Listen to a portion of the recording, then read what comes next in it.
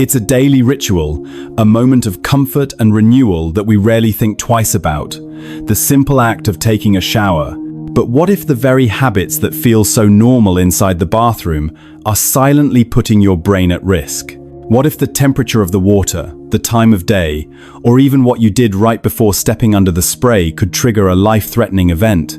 Today, we travel to the small town of Port Blossom, where a doctor uncovers a series of frightening emergencies that all begin with one simple thing: a shower. The lessons he learns and the lives he changes reveal the hidden connection between our bathing routines and our risk of a stroke.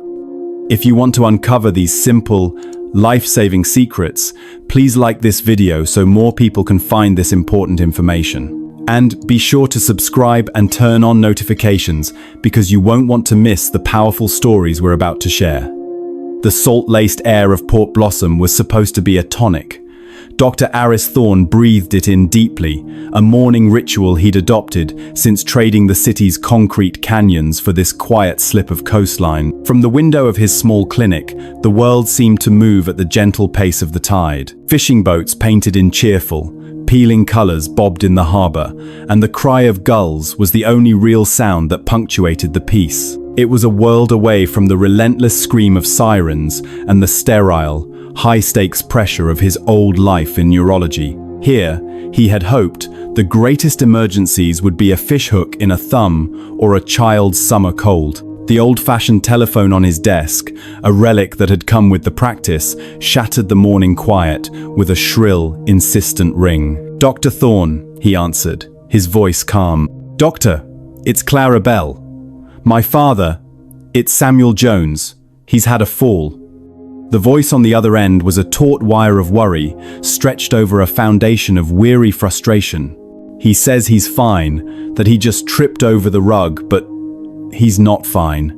He's as pale as a ghost, and he won't let me help him." Aris's mind immediately shifted from the tranquil view to the clinical focus that had been his constant companion for a decade. Samuel Jones. The name was iconic in Port Blossom. The town's last lighthouse keeper, a man who had spent 40 years on a rock in the sea, keeping the light that guided generations of fishermen home. He was 78, fiercely independent, and as Aris was quickly learning, a man who viewed any offer of help as an insult. "I'll be right there, Clara. Don't try to move him, just keep him comfortable," Aris said, already grabbing his worn leather medical bag. So much for a quiet morning. Samuel Jones lived in a small, salt-bleached cottage that stood at the very edge of the town's western cliff, its windows staring out at the vast, grey expanse of the ocean. It was a home that felt like an extension of the man himself, impeccably neat, weathered, and solitary. The air inside smelled of lemon polish and old books. Every surface was orderly. Every brass instrument from his past life gleamed. Aris found him sitting in a rigid wooden armchair, his hands gripping the armrests, his jaw set like a stone. Clara, a woman in her 50s with her father's stubborn chin but her own gentle eyes, hovered anxiously nearby. Samuel's face was indeed pale, a stark contrast to the web of sun and windburn lines that mapped his skin. "Stubborn old fool, that's what she thinks," Samuel grumbled, nodding towards his daughter without looking at her. "Tripped on a rug that's been in the same spot for 30 years. Just a stumble." Aris pulled up a small stool, placing himself at Samuel's eye level, ignoring the dismissal. "A stumble can shake a man up," he said evenly. "Do you mind if I take a look? No poking or prodding, just a look." Samuel grunted, which Aris took as consent. As he checked the old man's pulse and gently examined his head for any sign of impact, he began to talk, not about the fall, but about the framed photographs on the mantelpiece. "You were at the Port Blossom Light for 40 years, I hear." A flicker of pride in Samuel's eyes. 41, son. Never missed a night. Storms that would tear the roof off this cottage, and I was up there, keeping that light turning. You had to be ready. Always. The moment the sun went down, that light had to be on. The moment you heard the foghorn, you were on your feet. No hesitation. Aris nodded, his fingers lightly palpating the bones around Samuel's hip. He felt a subtle tension, saw a nearly imperceptible wince in the old man's eyes. "So, you were a man who got up and went. The second you were needed, You were moving. That's the job, Samuel said gruffly. That's life. Slowness is a sickness. And there it was, the key. Aris sat back on his stool. Clara said the fall happened this morning, right after you woke up. Alarm went off at 6. Like always, Samuel confirmed. Stood up, and the floor decided to tilt. Nothing more to it. Tell me about that moment, Aris said gently. From the second the alarm stops, to the second your feet are on the floor. How long does that take you? Samuel scoffed. No time at all. 1 second I'm lying down, the next I'm standing up. Same as I've done every day of my life. You can't let the day get a head start on you. Aris leaned forward slightly, his voice dropping. When you were a young man in that lighthouse, your body was a perfect machine. Your blood vessels were new and flexible. When you jumped to your feet, they could adjust instantly, sending blood right up to your brain to keep you steady. He paused, letting the words settle. But after nearly 80 years of good hard work, those vessels are more like old rope. Strong, yes, but they've lost their stretch. They aren't as quick to respond. He continued, painting a simple picture.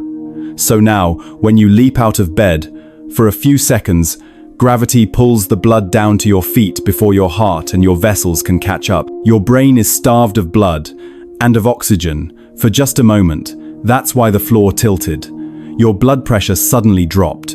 It's a condition called orthostatic hypotension. It may seem minor, but that brief moment of dizziness is a whisper, a warning that a full-blown stroke could be next if the brain is deprived for too long. Samuel was silent, his gaze fixed on the churning ocean outside his window.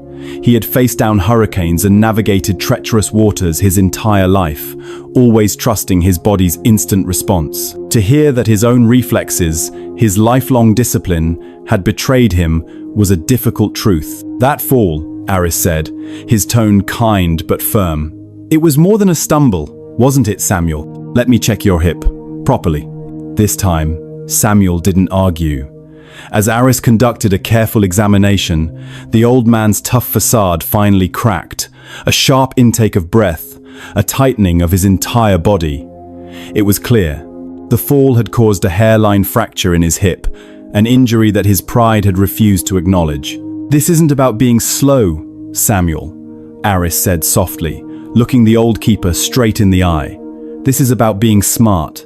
A lighthouse keeper has to respect the sea. You have to respect your own body now. It's a different kind of discipline. A new one. He outlined a simple plan. Not a litany of medications or frightening procedures, but a single, profound chain. Tomorrow morning, Aris proposed, when the alarm goes off, I want you to simply lie there for 1 full minute. Take a few deep breaths. Then, sit up slowly on the side of the bed. Count to 20. Let the world settle. Then, and only then, stand up. Give your body the time it has earned to catch up with your spirit. For a long moment, the only sound was the ticking of a ship's clock on the wall. Samuel Jones, a man who had never hesitated, stared out at the horizon. He had spent his life watching for distant lights, for warnings on the water. He was finally realizing he had missed the warnings from within. 1 minute, he finally said, his voice a low rumble. I suppose I can give the day a 1 minute head start. He looked at Aris, a flicker of something new in his gaze. Not defeat, but a grudging respect. I'll give it a try. A week after his visit to the lighthouse keeper's cottage, Dr. Aris Thorne was beginning to feel the rhythm of Port Blossom. It was a rhythm of quiet persistence, of lives lived in concert with the sea and the seasons. He'd learned that medical histories here weren't written in charts and files, but in the stories told over picket fences and in the hushed conversations at the town's single grocery store. His next lesson arrived in the form of a woman whose grace was as profound as her silence. The call came from Mrs. Gable, a cheerful, bustling woman who ran the local post office. Her voice, usually full of town gossip and good cheer, was strained. Doctor, it's Eleanor Vance. I went to check on her. We have tea on Tuesdays, and I found her on the bathroom floor. She's awake now, but she's terribly weak. I've helped her to a chair. Eleanor Vance. Aris knew the name. She was the town's retired art teacher, a woman spoken of with a gentle reverence.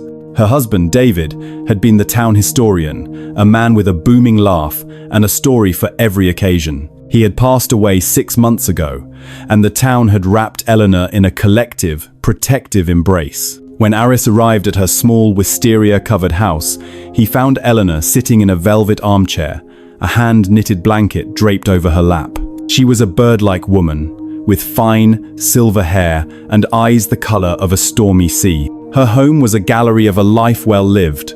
Vibrant watercolor paintings, shelves overflowing with books on art and history, and photographs of a smiling, white-bearded man who was clearly the love of her life. Yet, despite the color and warmth, a deep stillness pervaded the house, the heavy silence of absence. In the clinic, Eleanor was quiet, answering his questions with a soft, distant politeness.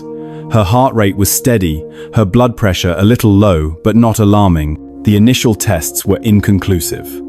There was no sign of a stroke, no cardiac event. She simply seemed depleted, as if the energy had been drained from her very bones. She insisted she was just tired. But Aris had seen this kind of profound fatigue before, and it was rarely just about a lack of sleep. "I think I'll stop by your house tomorrow, Eleanor, if that's all right," he said gently, "just to see if we can spot anything in your daily routine that might be contributing to this." She agreed with a faint nod, her gaze already drifting back to some far-off, private horizon. The next afternoon, Aris walked up the stone path to her home. Mrs. Gable was in the garden, pruning roses with a determined snip, snip, snip of her shears. She hasn't been herself since David passed, the postmistress confided in a low voice. It's like the color has drained out of her world. Inside, Aris found Eleanor sketching by the window. He spoke with her for a while about her art, about the town, about anything but her health. He was looking for a clue, a small detail that didn't fit. He found it in the kitchen. It was the cleanest, most unused kitchen he had ever seen. The counters gleamed, the copper pots hanging from a rack were polished to a mirror shine, but there was no clutter of daily life, no stray crumbs, no half-empty jar of jam, no lingering aroma of coffee. He opened the refrigerator on the pretense of getting a glass of water and was met with a stark, cold emptiness. A bottle of milk, a small block of cheese, and a pitcher of water. It was the refrigerator of a person who wasn't eating. He brought her a glass of water and sat opposite her. "Eleanor," he began softly, "what did you have for breakfast yesterday morning? Before your fall." She looked down at her hands, her fingers tracing invisible patterns on the blanket. I don't really have breakfast anymore." It was then that Mrs. Gable, seeing the doctor's visit as a sanctioned opportunity to intervene, bustled in with a tray of tea and biscuits. "He made her breakfast every single morning for 50 years, doctor," she said, her voice full of a gentle, neighborly authority. "David, he'd be up at dawn, making her oatmeal with cinnamon or scrambling eggs just the way she liked. Since he's been gone, well, I don't think the stove has been on before noon." The pieces clicked into place with a sad, quiet finality. Aris looked at Eleanor, her frail frame, her distant eyes, and he understood. This wasn't a medical puzzle. It was a map of a broken heart. "Eleanor," he said, his voice filled with a compassion that went beyond his role as a physician. "Your body needs fuel to run, especially in the morning. Your brain runs almost entirely on a type of sugar called glucose. When you wake up, your fuel tank is already low. Taking a hot shower is like asking your body to run a short race. The heat makes your blood vessels expand, and your system has to work harder to keep blood flowing to your brain." He paused, ensuring she was listening. "Without any fuel from breakfast, your blood sugar dropped to a dangerously low level. Your brain didn't have the energy it needed to function, and you fainted. It was your body's way of shutting everything down to protect itself." He could have written a prescription for a nutritional supplement. He could have handed her a diet plan. But he knew that a piece of paper would be useless against the weight of her grief. The illness wasn't in her body, it was in her life, in the empty chair at the breakfast table. "The best medicine I can prescribe," he said, looking from Eleanor to Mrs. Gable, "is a cup of tea. And maybe one of these biscuits. Not tomorrow, right now." He gestured to the tray. "And perhaps," he added, his gaze resting on Eleanor, You might let Mrs. Gable bring over an extra bowl of oatmeal for herself when she makes hers in the morning. For the first time since he'd met her, a tear traced a path down Eleanor Vance's cheek. It wasn't a tear of sadness, but of recognition, a flicker of life in her tired eyes. She looked at her concerned neighbor, then at the young doctor who saw not just a patient, but a person. She picked up a biscuit. That, she whispered, her voice fragile but clear, would be very kind. If Samuel Jones was a man shaped by the solitude of the lighthouse, and Eleanor Vance, a soul defined by the quiet lines of her art, then Frank Miller was a product of the raw, untamed force of the sea itself. At 68, the retired fisherman was built like an old oak barrel, sturdy, weathered, and seemingly immovable. His hands, thick with calluses from a lifetime of hauling nets, could be surprisingly gentle when mending a child's toy, but his opinions were as fixed and unyielding as the granite cliffs of Port Blossom. He sat on the examination table in Dr. Aris Thorne's clinic like a captive bear, brought in not by his own volition, but by the quiet, unshakable will of his wife, Maria. While Frank was all bluster and storm, Maria was the calm, deep water that ran beneath. She had a gentle face, but her eyes held a profound worry that had clearly been brewing for some time. "It's nothing, Doc," Frank grumbled, avoiding Aris's gaze. "Just the sea still rattling in my head after all these years. A bit of a fog in the morning, is all. Goes away after my coffee." Maria placed a hand on his arm, a silent plea for him to be honest. "It's more than a fog, Frank," she said softly, turning to Aris. "Sometimes, in the morning, he gets lost. He'll stand in the middle of the kitchen and not know why he's there, and the headaches, they pound so hard, he has to sit down in the dark." She also described moments when his vision would blur, times he'd dismissed as him just needing new glasses. Aris took Frank's blood pressure. It was elevated, but not in the extreme range.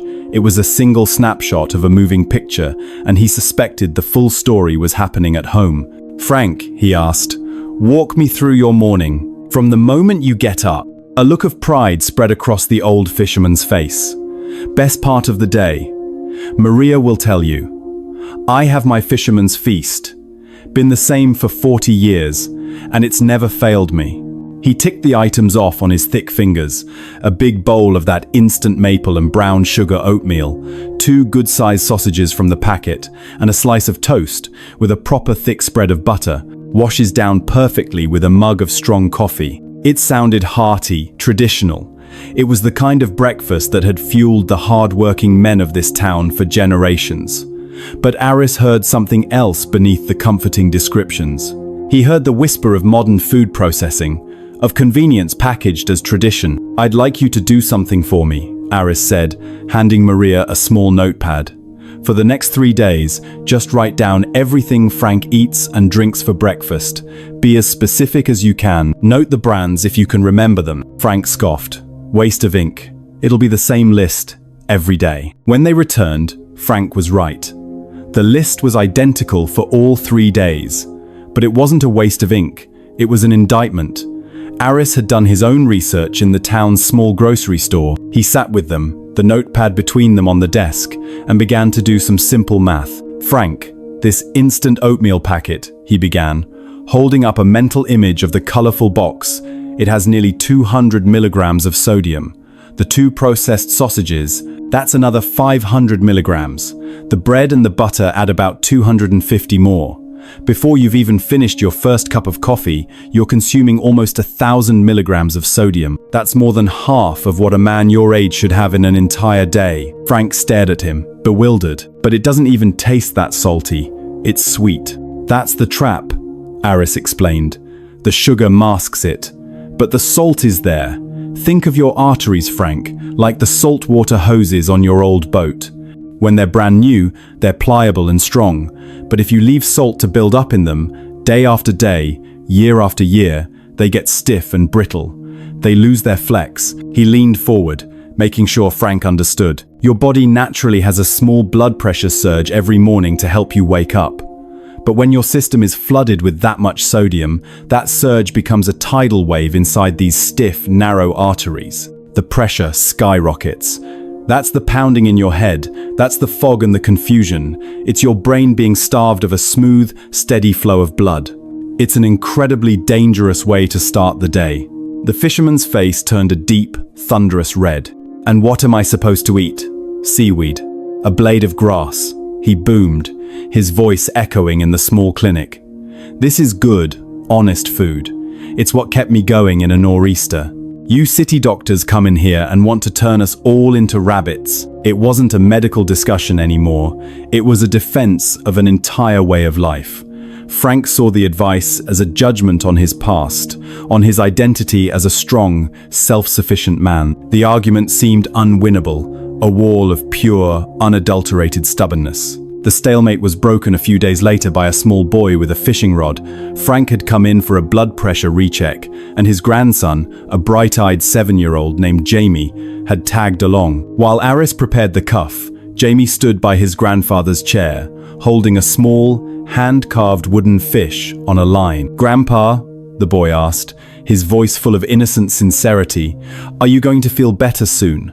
You promised you'd teach me how to trick the summer flounder. You said you know all their secrets." The question, simple and pure, landed with more force than any of Aris's medical facts. Frank looked down at his grandson, at the earnest face filled with absolute faith in his hero. He looked at his own weathered hands, the hands that had taught the boy how to bait a hook, and then he looked at Aris. All the fight, all the bluster, seemed to drain out of him, replaced by a quiet, profound realization. The secrets of the flounder were no good if he wasn't there to share them. His shoulders slumped, not in defeat, but in surrender. "All right, Doc," he said, his voice a low rumble. "Tell me about the rabbits." If Port Blossom had a beating heart, it was located inside a small, bustling shop on the corner of Main Street and the Harbour Road. The Salty Bean was more than a cafe. It was the town's central nervous system, and its owner, Isabella Rossi, was the high-speed electrical current that made it all work. At 65, Isabella moved with the whirlwind energy of a woman half her age. Her silver hair was pulled back in a tight bun, her apron was perpetually dusted with flour, and her voice was a cheerful, booming instrument that could cut through the hiss of the espresso machine and the clatter of a dozen conversations. From dawn until dusk, Isabella was in perpetual motion. She pulled shots of espresso, foamed milk, greeted every customer by name, remembered the intricacies of their orders, and conducted the morning rush like a symphony conductor in the midst of a delightful tempest. Her fuel was legendary. The small cup of espresso she slammed down the moment she unlocked the door at 5 a.m. was followed by another, and then another, a steady, potent drip feed of caffeine that kept her, and by extension the entire town, running on schedule. The morning the town's heart nearly stopped was a Tuesday. The Salty Bean was at peak chaos. Frank Miller and his wife Maria were in line, arguing good-naturedly over the merits of decaf. Samuel Jones was in his usual corner, sternly reading the paper. The air was thick with the rich, dark aroma of roasting coffee beans. Isabella was a blur, shouting an order to her new, young barista, Leo, while simultaneously sliding a pastry onto a plate. "Leo, 2 lattes, 1 with oat milk." "Mrs. Gable, your scone is almost ready," she called out, her voice full of its usual vigor. And then, it happened. In the split second between one command and the next, Isabella stopped. Her hand went to her chest, her eyes wide with a sudden, stark terror. The plate she was holding slipped from her grasp, shattering on the tile floor. A collective gasp went through the cafe as the symphony of morning noise ground to a halt. She swayed, gripping the counter for support, her face suddenly the color of chalk. It felt, she would later describe, as if a frantic bird was trapped inside her ribs, beating its wings against her bones with a wild, terrifying rhythm. Leo, a quick-thinking young man, was at her side instantly, helping her onto a stool. The frantic, irregular pounding in her chest began to subside, leaving a cold, trembling weakness in its wake. The silence in the cafe was absolute, broken only by Maria Miller's soft voice saying, "Someone needs to call Dr. Thorne." An hour later, Isabella Rossi sat in Aris's clinic, a place she had only ever visited to drop off coffee and scones. The vibrant, unshakable force of nature was gone, replaced by a quiet, frightened woman who kept twisting a napkin in her hands. "It was the scariest thing I've ever felt, doctor," she admitted, her voice barely a whisper. I thought my heart was going to burst right out of my chest." Aris listened patiently, his calm demeanor a steadying presence. He had already performed an ECG, which showed the lingering echoes of an arrhythmia. "Tell me about your coffee habit, Isabella," he asked, already having a strong suspicion. She managed a weak smile. "It's not a habit, doctor. It's a professional necessity. I have 3, maybe 4, espressos before 8 a.m. I don't have time to eat until after the morning rush is over." Aris nodded slowly, letting her words hang in the air. "Isabella, your heart is an incredible muscle, but it's not designed to be shot out of a cannon first thing in the morning. When you drink that much strong coffee on a completely empty stomach, you're doing 2 very stressful things to your body at once."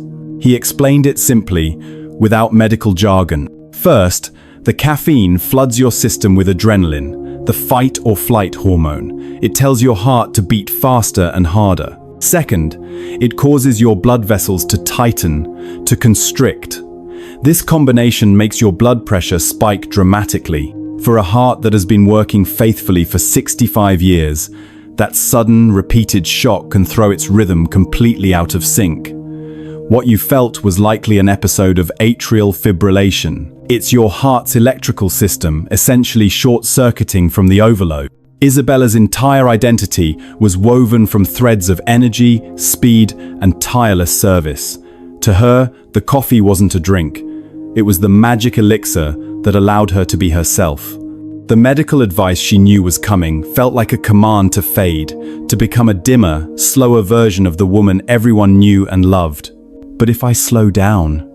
"The cafe slows down," she protested, the fear in her eyes turning to a familiar stubbornness. "The town needs the salty bean.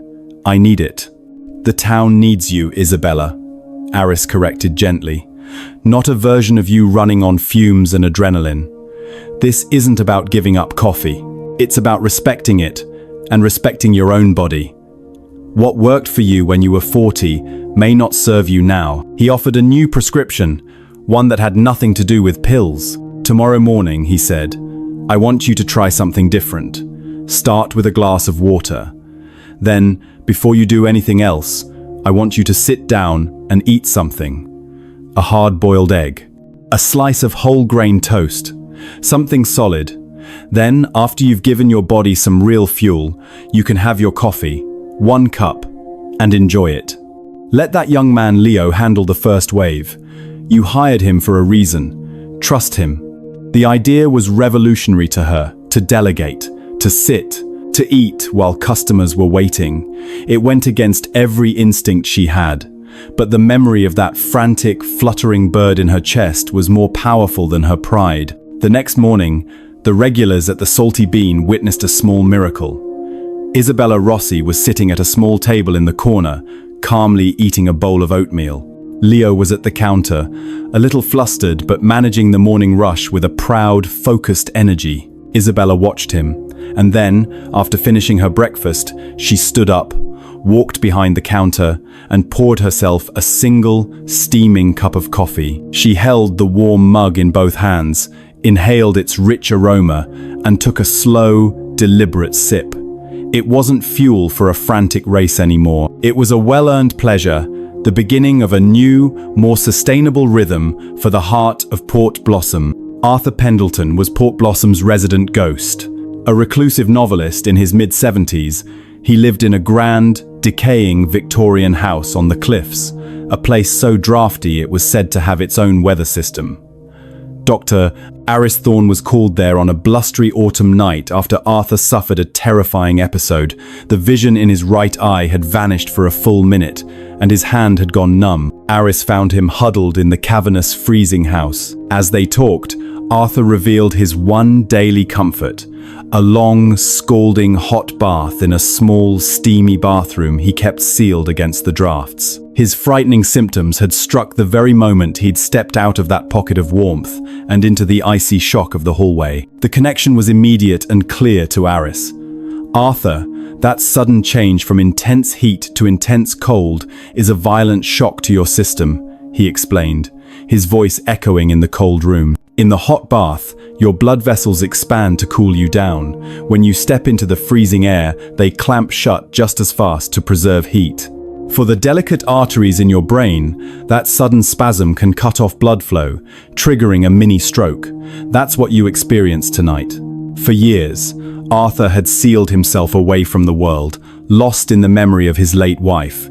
The health scare was a brutal awakening, forcing him to confront the fact that his isolation had become dangerous. He had been preserving the past while letting his present and his health crumble. The next morning, Frank Miller appeared at Arthur's door, toolbox in hand. "Doctor said you could use some help chasing the wind out of this old place," the fisherman grumbled. For the first time in years, the lonely writer let someone in. A quiet acknowledgement that it was finally time to let the warmth back into his house and into his life. Grace Holloway, 63, was the quiet pillar of strength caring for her husband Robert, whose memory was fading from Alzheimer's. Her life was a constant loop of care, leaving no time for herself. She dismissed her frequent dizzy spells in the shower as simple exhaustion, until the morning a nurse found her collapsed on the floor. At the clinic, a weary Grace confessed her routine to Dr. Aris Thorne. She rarely ate breakfast and, to save time, always washed her hair first by blasting her scalp with hot water. Aris explained the dual danger. "Grace, you're running on empty. When you're that exhausted, hitting your head with hot water first causes a sudden shift in blood flow away from the brain, leading to collapse." The medical crisis became a wake-up call. Grace realized she couldn't care for Robert if she didn't care for herself. The community rallied, creating a schedule to give her daily respite. She learned that accepting help was not weakness, but an essential act of survival. Tom O'Malley, the charismatic owner of the Salty Dog pub, was the heart of Port Blossom's social life. When he took a bad fall at home and fractured his wrist, he told everyone he'd just slipped on a wet floor. But in Dr. Thorne's clinic, the truth emerged. Tom's nightly ritual was a wee dram of whiskey, followed by a long, hot shower. "Tom, you created a perfect storm for a fall," Aris explained gently. "Alcohol makes your blood vessels expand, and so does a hot shower. When you combine them, your blood pressure can plummet in an instant. You didn't slip, you fainted."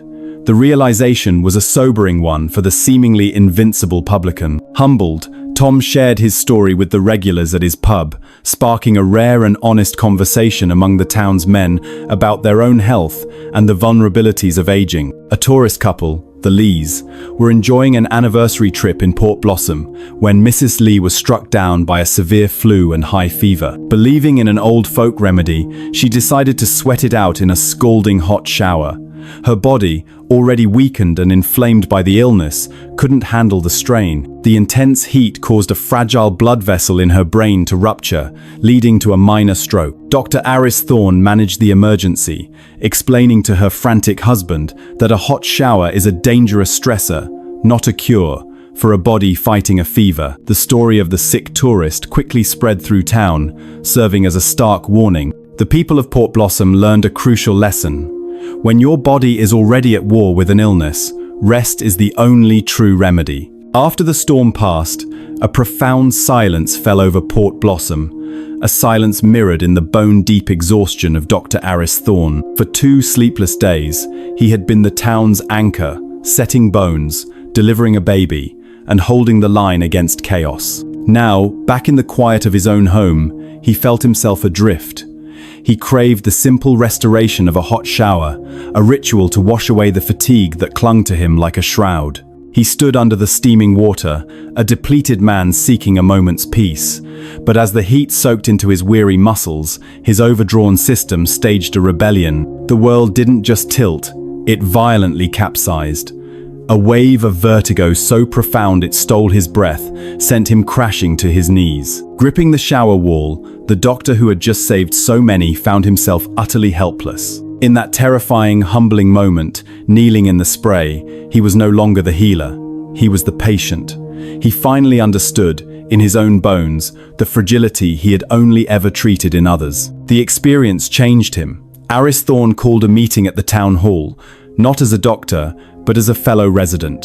The room was full, the air thick with curiosity. He didn't lecture, he told stories. Anonymously, he gave their own experiences back to them, woven into a narrative of silent habits and their loud consequences. He spoke of a lighthouse keeper who learned wisdom in waiting, a grieving artist who found strength in a shared meal, and a fisherman who discovered flavor beyond salt.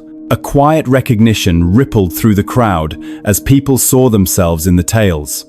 The room was no longer a collection of individuals, but a community seeing its reflection. The turning point came when Samuel Jones stood, his voice clear and steady. "He was talking about me," he said, and he was right. With those words, the meeting transformed.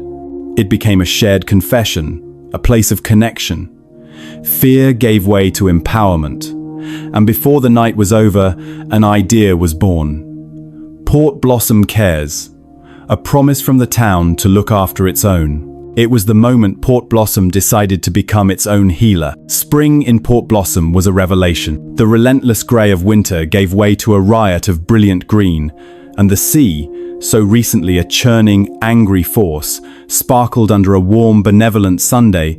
6 months had passed since the town hall meeting, and the changes, like the emerging season, were quiet but undeniable. Dr. Aris Thorne saw the changes not in his clinic's charts, but in the life of the town. He saw it when he passed Samuel Jones's cottage in the early morning and saw the old lighthouse keeper sitting on his porch, a mug of tea in his hands, watching the sunrise for a few peaceful moments before starting his day. He saw it at the Salty Bean, where Eleanor Vance now hosted a small breakfast club twice a week with Mrs. Gable and a few other widows, their table filled with quiet chatter and the aroma of Isabella's scones. He saw it at the market, where Frank Miller proudly showed off the vibrant green herbs growing in a window box, boasting that his cooking now had more flavor than salt could ever provide. Aris walked through the town, no longer an outsider, but a trusted part of its fabric. He had come to Port Blossom seeking refuge from the heroic, high-stakes drama of city medicine. He had been looking for a quieter life, and he had found it, but he had also found something more. He had found a deeper purpose. It wasn't in performing complex, life-saving surgeries. It was in the patient, persistent work of preventing the crisis in the first place. It was in teaching a man to stand up slowly, in reminding a woman to eat her breakfast, in convincing a town that the smallest, most overlooked daily habits held the greatest power over their lives. He stood on the dock, the gentle sea breeze on his face, and watched the fishing boats heading out for the day. He had learned that health wasn't a destination, it was a tide, a daily rhythm of small, conscious choices that carried you safely toward the shore. He had come here to heal others, and in the process, he had healed himself. Thank you for joining us on this journey through Port Blossom. The stories of its residents remind us that taking care of our health is often found in the small, simple choices we make every single day. We hope these lessons have been valuable to you and the ones you love. Stay safe, stay healthy, and we'll see you again next time.